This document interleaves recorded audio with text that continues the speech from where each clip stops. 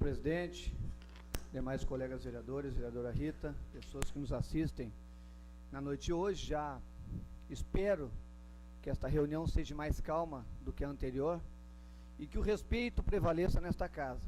Respeito de mim pelos demais pares e dos demais pares por mim. Eu acho que é isso que a comunidade espera, as pessoas que aqui estão esperam, e é isso que nós, enquanto vereadores, temos que manter. O respeito e a dignidade dessa casa, como sempre houve, e não pode ser diferente. Digo isso porque eu recebi muitas reclamações de pessoas que são ligadas a mim e que ficaram em seus lares ouvindo, e aqui estavam também pessoalmente, e vieram questionar, mas vem cá, o que está havendo? Por que tanta discussão, por que tantas palavras ásperas em relação às reuniões, sendo que vocês estão lá representando a comunidade, devem fazer desta forma? Então, é apenas uma ressalva que faço no início da minha fala. Eu inicio falando da tragédia que aconteceu com o nosso amigo Ivo Toyota. Talvez quem não conhecesse esse homem, esse chefe de família, esse trabalhador, esse amigo, não conheça, não saiba expressar o quanto nós sentimos a questão do acidente trágico que aconteceu na entrada da Copelme. Esse acidente com o Ivo, e para quem não sabe, o Ivo trabalhou na rua Samantino. Eu trabalhei na Copelme por 4 anos, Jorge. E lá estava o Chiru, que nós chamávamos assim, o Jorge, entre outros, e o Toyota. Ele trabalhava junto na rua Samantino. E sempre foi um camarada, uma pessoa simples, humilde e querida por todos. Pois infelizmente, num acidente trágico, o que culminou, além da sua morte, culminou de um grande manifesto ocorrido 2 dias depois, lá nos portões da Copelme, onde se reuniram as pessoas do bairro Santo Antônio, à frente, Trânsito Seguro também, presidida pelo vereador Carrapicho, estava à frente de todo esse trabalho. E eu tive o privilégio também de acompanhar, como não poderia ser diferente.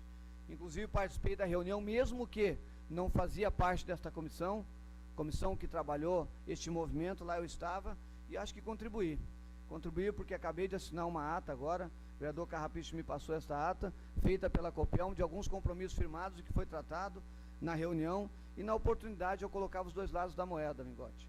Eu colocava a questão do acesso, que é horrível, da Copelme, da empresa Copelme, e agora está sendo sanado parte dele, porque vai tirar do centro da inclinação lá para a baixada, a visibilidade vai ser maior, mas principalmente também pela falta de consciência dos motoristas do trânsito da BR-290. Naquele dia ali, 9h30, quando estavam se reunindo para 10 horas a manifestação, eu fiquei ali no R1, na entrada do R1, e vi passar 3 caminhões. Estava comigo o presidente da Sindicarbo, o Rogério, e viu os caminhões passar, no mínimo, amigote, a 100, 120 por hora. 100, 120 por hora, uma carreta carregada, vai segurar sabe quando? Nunca, se alguém se atravessar na frente. Então, há a falta de uma conscientização dos motoristas, todos os motoristas.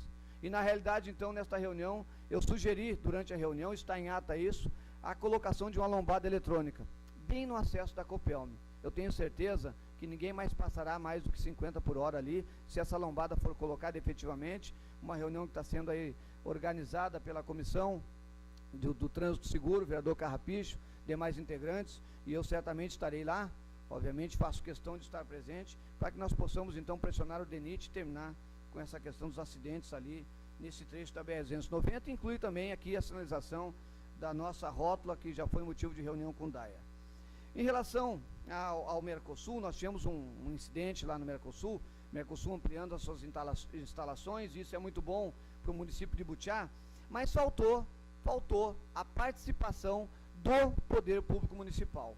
Se criou uma situação muito constrangedora, crítica, sem salientar detalhes dessa situação crítica, mas lá por falta de esgoto, saneamento básico, em 2 ruas que cercam aquele restaurante, aquele hotel, acabou transtornando aí, deu Facebook, deu discussões, e infelizmente foi uma coisa constrangedora, e que felizmente agora, pelo que sabemos, já está sanada. Os poderes constituídos, o Executivo Municipal se responsabilizou e efetivamente pegar e resolver essa situação, coisa que já era para ter sido resolvido bem anteriormente. Eu quero falar, senhor presidente, colegas vereadores, sobre a questão da vigilância precária do nosso município. Isso aqui eu não sonhei, não foi na delegacia de polícia que eu peguei, até porque nem posso fazer isso, mas eu quero salientar algumas coisas que estão acontecendo, como por exemplo, informações que eu obtive: posto de charrua, furto de uma televisão nova, Posto de saúde Vila Julieta, furto de uma televisão nova. Posto sem vigilância à noite. Pessoas ficam na rua, no relento, aguardando a abertura de postos para agendarem consultas para dentistas. As pessoas não têm como entrar, não existe vigilância, elas ficam na rua determinado tempo da madrugada. Escolas, e não vou citar nomes de escolas aqui, porque não fui autorizado, mas escolas estão sendo furtadas. Alimentos estão sendo levados, inclusive 4 computadores já foram levados, de furtos. O pátio da Prefeitura Municipal não tem o cercamento adequado. O posto, a colocação da vigilância, há muito tempo isso é colocado de forma inadequada. Para quem conhece segurança sabe. Muitos furtos estão acontecendo de ferramentas, botijão de gás, combustíveis de veículo, tacógrafos, rádios, enfim. O que está acontecendo? Corte de horas extras. O governo municipal, por dificuldades orçamentárias, e nós sabíamos que isso ia acontecer no ano passado e neste ano, cortou as horas extras dos vigilantes. Consequência disso, não está tendo as vigilâncias noturnas, pela questão do corte de horas extras dos funcionários, e pior do que isso, estão colocando pessoas desqualificadas. Pessoas desqualificadas para trabalhar nas vigilâncias, digo porque uma eu vi.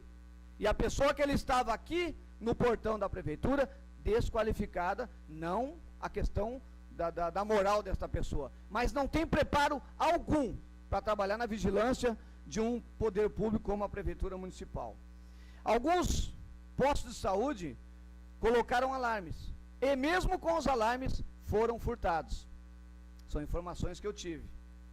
E ainda me denunciaram que a empresa terceirizada, e aí a empresa terceirizada, é importante salientar isso, as pessoas que estão trabalhando de vigilância em escolas, em outros locais públicos, são indicações de A, B, C ou D. Não vou citar nomes aqui, se for preciso cito. E estão colocando pessoas também sem preparo. Sem preparo. No mínimo um curso de vigilância, Edmar, deveriam ter. Porque trabalhar com segurança em escola, onde tem crianças e professores, e também locais públicos onde tem um patrimônio muito grande, não pode ser qualquer um. Não pode ser qualquer pessoa escolhida a dedo, ou porque é amigo desse ou daquele vereador, ou de um secretário, ou do prefeito. Tem que ser uma pessoa qualificada. E infelizmente isso não está acontecendo. E pior do que isso, funcionários terceirizados com um salário maior do que os nossos funcionários que fazem concurso, se esmeram, passam em provas e estão lá ganhando um salário, infelizmente, que não é digno. E os funcionários que são contratados recebem mais que o nosso funcionário que prestou o concurso. O corte das horas extras dos motoristas, e aí cito a educação, entre outros, está prejudicando de certa forma, de acordo com as informações que eu obtive. Isso eu não fui buscar, me trouxeram. E eu, como vereador e fiscalizador, tenho a obrigação agora de visualizar essa situação. O que está acontecendo? Está dificultando a questão da remoção dos nossos estudantes. São alguns casos que eu falo aqui, entre outros, e aí a gente fala em manifestação. Eu não sei se o vereador Rato e a vereadora Rita tem um tempo aí para mim, uns 2 minutos. Não sei se a vereadora Rita tem. 2 minutos? Bom, então 2 minutos, senhor presidente, da vereadora Rita. Eu vou falar das manifestações. E aqui agora me chega o Joel e me entregou um projeto de lei complementar 127 de 2004, de autoria do deputado Paulo Azeredo, que é do PDT, e hoje é prefeito de Montenegro. Na oportunidade da segunda legislatura que eu participei, da minha segunda gestão como vereador, eu já discuti isso com o deputado Paulo Azeredo. E naquela oportunidade nós tínhamos que colocar na balança os prós e os contras. Por exemplo, se nós tivéssemos hoje incluído na região metropolitana, receberíamos o passe livre, mas não receberíamos as patrolas, retros e outros maquinários para o setor primário. Então nós temos que fazer a balança de tudo isso, o que é bom e o que é ruim. Falo desse projeto, mas as manifestações que o povo brasileiro está fazendo, não é apenas pelos 20 centavos que os estudantes reclamam, e não apenas os estudantes, as pessoas idosas reclamam. Não, é pelas filas de impostos, é pela questão da educação que tem que melhorar, é pela questão da habitação, e é pela questão de várias coisas nesse país, mobilidade urbana. Nós sabemos que a infraestrutura desse país nada foi melhorado. A Copa do Mundo está aqui agora, chegando o ano que vem, e nós vamos subir carro por cima de carro para chegar nos estádios. Esta é a verdade. Porto Alegre está aqui. E eu, como colorado, quando vou ao Beira-Rio, eu levo 1 hora da rodoviária de Porto Alegre até o Beira-Rio, Jorge, dia de jogo, pela questão da mobilidade urbana. É por isso que o povo está reclamando. E mais ainda, senhor presidente, já estou nos 2 minutos. Eu tenho uma lista aqui, que me passaram também, de várias pessoas que participaram do mensalão. Várias pessoas que participaram do mensalão, e aqui está assim: todos os condenados do mensalão apresentam recurso ao STF. E aí, diz o seguinte: o ex-ministro José Disseu, do PT, considerado chefe do esquema do mensalão, e o ex-deputado Roberto Jefferson, do PTB, pedem que o relator dos recursos não seja o Joaquim Barbosa, que agora é o presidente da corte. Por que será que eles não querem Joaquim Barbosa? Porque ele é justo? Porque ele é correto? Porque ele condenou José Disseu, do PT? Porque ele condenou Marcos Valério? Porque ele condenou José Genuíno, do PT? E que hoje muitos deles estão lá, representando o povo brasileiro no Congresso Nacional. Renan Calheiros, PMDB, se não me falha a memória, é presidente do Senado hoje, né? E foi apontado em esquemas fraudulentos. É por isso que o povo brasileiro está indignado, vereadora Rita. É por isso que o povo brasileiro quer mudanças.